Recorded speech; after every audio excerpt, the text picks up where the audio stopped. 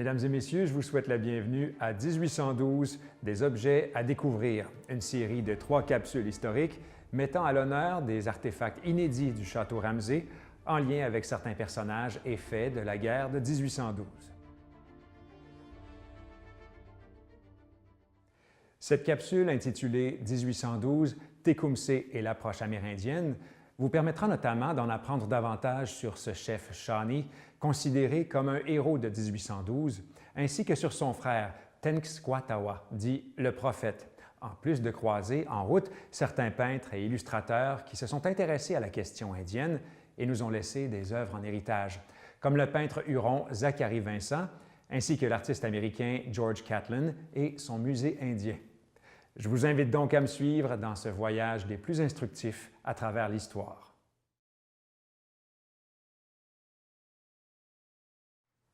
Avant que le Canada devienne un pays, les alliances militaires conclues entre le Royaume-Uni et les Premières Nations constituèrent un élément clé du réseau de défense de l'Amérique du Nord britannique.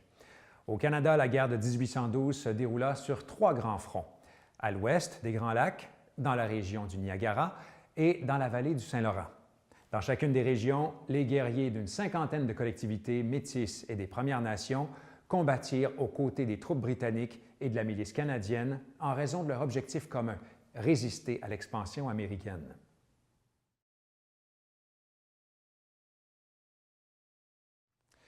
Mais l'un des plus importants dirigeants qui a aidé le Canada à se défendre contre les Américains est, sans nul doute, Tecumseh, le grand chef guerrier Shawnee.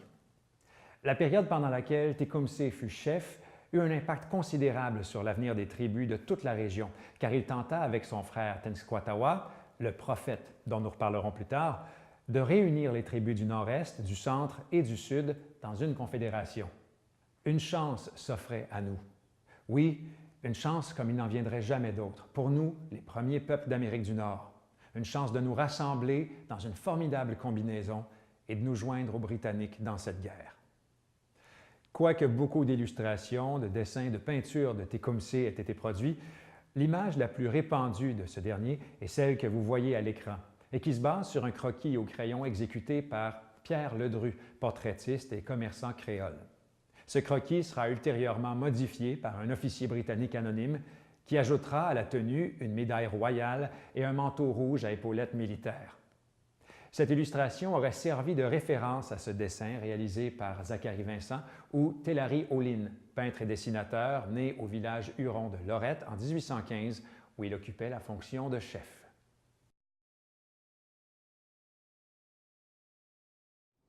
Le faciès amérindien typique dont hérita Zachary Vincent, allié à une volonté de perpétuer un mode de vie traditionnel, contribua à renforcer l'idée qu'il était le dernier des Hurons.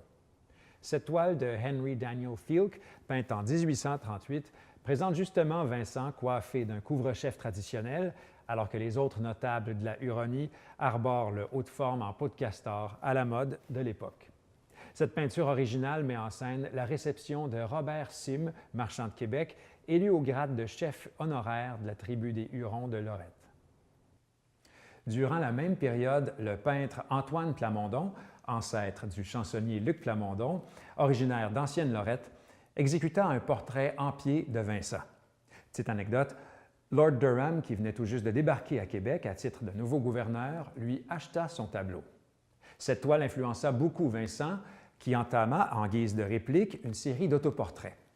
Il est intéressant de souligner que Zachary Vincent a été le premier membre de la communauté huronne à entreprendre une carrière de peintre suivant les paramètres de la tradition académique occidentale, comprenant plus de 600 œuvres.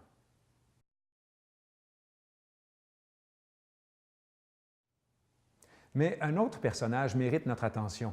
Il s'agit de Tenskwatawa, le frère de Tecumseh, que nous pouvons apercevoir à droite sur cette estampe de George Catlin intitulée « The Shawnee Prophet », le prophète. Ce serait à la suite d'un accident en 1805 qui le laisse temporairement inconscient que Tenskwatawa, le prophète, prétendit dorénavant recevoir des messages du Maître de la vie et devint célèbre en prêchant un renouveau mystique de la foi amérindienne. En novembre 1811, en l'absence de son frère, il engage même le combat à Tippecanoe contre l'armée américaine commandée par William Henry Harrison, le futur 9e président des États-Unis. Il y est battu et ses guerriers, censés être protégés des balles sous sa protection, y subissent de lourdes pertes.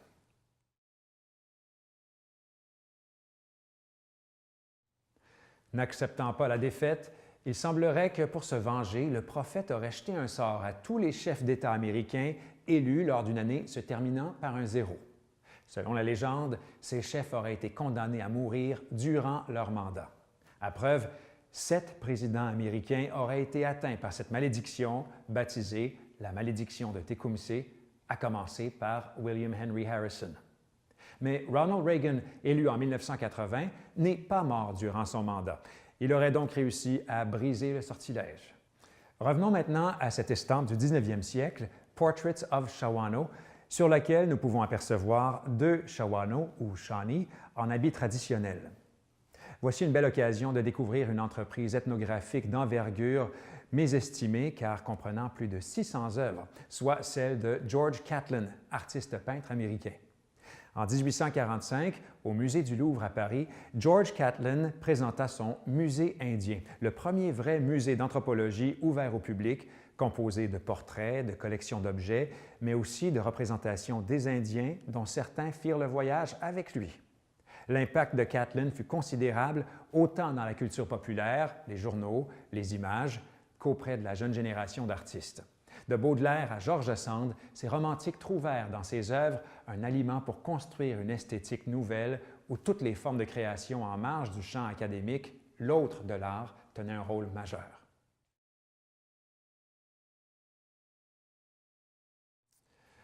Tecumseh et les 2000 guerriers qu'il dirigeait se sont battus pendant toute la campagne de l'Ouest de la guerre de 1812. Son appui au major général Isaac Brock assura le succès de la prise de Détroit et ce dernier lui aurait alors remis sa ceinture en signe de respect. Mais la mort de Tecumseh le 5 octobre 1813, lors de la bataille de Thames ou Moravian Town, porte un coup terrible à l'unité fragile des Premières Nations de l'Ouest. Voici d'ailleurs une belle encre sur papier produite par le peintre et illustrateur new-yorkais Alonzo Chappell, intitulée « Battle of the Thames, Death of Tecumseh ». Plusieurs hypothèses quant à la provenance de la balle mortelle qui aurait atteint Tecumseh subsistent. De plus, sa sépulture n'a encore jamais été retrouvée. Le château Ramsay possède également ce poignard, qu'on pourrait aussi appeler une dague ou un couteau. Il semble être l'un des rares objets connus ayant appartenu à Tecumseh. Sa lame est en fer forgé et son manche se compose de bois renforcé d'un fil de cuivre. Ce poignard a été remis par Louis-François-Georges Baby, un collectionneur invétéré et un philanthrope notoire, qui a distribué ses trésors entre plusieurs institutions, dont le Château Ramsay. Parmi ses ancêtres, l'on peut retracer James Baby, qui a été colonel dans la milice de 1812. Il était au fort Malden durant l'occupation de Hull et revint à Sandwich, non loin de la rivière Thames, après la capture de Détroit. Puis, il est fait prisonnier lors de la bataille de Thames après avoir vu mourir Tecumseh à quelques pas de lui. Thomas Vercher, un milicien ayant participé aux batailles de Détroit et de la rivière Thames, décrit dans « Guerre sur la rivière Détroit », page 143, un dîner tenu à la maison de Baby, le manoir d'Off Baby, juste avant la retraite en amont de la rivière Thames, et qui peut laisser supposer que Tecumseh avait ce couteau avec lui. Le jour suivant mon arrivée inattendue chez M. James Baby, ce gentilhomme accueillant a donné un banquet invitant le général Proctor et plusieurs autres officiers du 41e et de l'artillerie, ainsi que le célèbre chef Shawnee Tecumseh. Tecumseh est assis à ma gauche avec ses pistolets de chaque côté et son grand couteau de chasse devant lui. En 1848, la reine Victoria fit frapper des médailles militaires et barrettes pour récompenser les survivants des troupes ayant pris part aux campagnes de 1793 à 1814.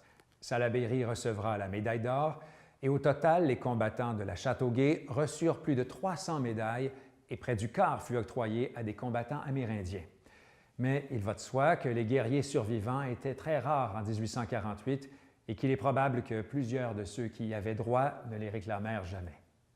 Il n'existerait donc que très peu de médailles portant un nom amérindien en circulation. Cependant, il est très intéressant de souligner que 2 membres de la famille de Zacharie Vincent, Louis et Stanislas, ont combattu sous les ordres de Salaberry et ont ensuite été décorés d'une médaille de Châteauguay. En effet, ils se sont démarqués pour avoir traversé la rivière Châteauguay à la nage afin de se lancer à la poursuite de l'ennemi. Penchons-nous donc sur cette médaille composée de métal et de fibres rouges et bleues appartenant, comme nous pouvons le lire sur la tranche, à Benjamin Blanchet, sergent. En plus d'une barrette d'argent portant l'inscription Châteauguay, on peut voir à l'avers le buste de la reine Victoria. Au revers, on aperçoit Britannia debout couronnant Wellington agenouillé devant elle, ainsi que le lion britannique couché à ses pieds avec la légende « To the British Army » en exergue 1793-1814. En conclusion, plus de 10 000 guerriers des Premières Nations participèrent à presque toutes les grandes batailles de la guerre. Selon plusieurs commandants britanniques, ces victoires importantes seraient en grande partie attribuables à la contribution des Alliés autochtones. Mesdames et Messieurs, une question me vient à l'esprit et je vous quitte sur celle-ci. Selon vous, les Amérindiens sont-ils les plus grands perdants pendant cette guerre?